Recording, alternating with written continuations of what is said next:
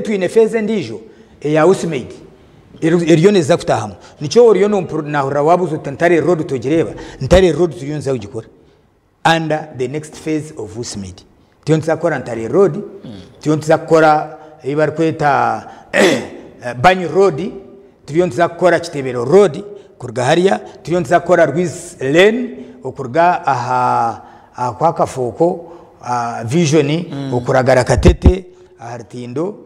urutindo jongambire speaker bariya namugambira namujyanto mbagete imuraze kushoma ombagete imuraze kushoma kimugambire urutindo rebe kimwe urutindo rwa katete ruzemu ahabwo kuborya na members ba parliament bariya ombagete ejeje iturukuza na urawajigambo rwakana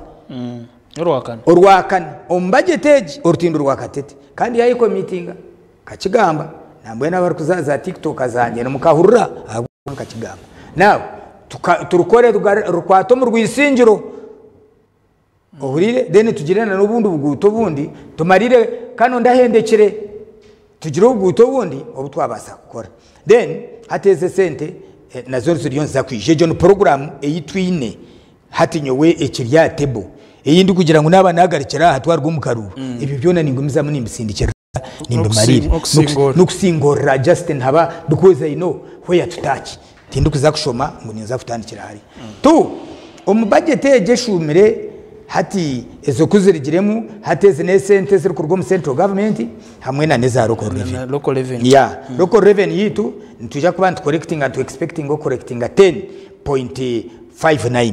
ekirugumanyisa ngo eziko kuziha noja kushanga twine nka 30 something kurga om central government ezo neze mshara nezindi twineho za road fund ezo garuka gukora ibyo mpaho nizo ziri kwija kwazirya so on budget yitu passingire itwenka council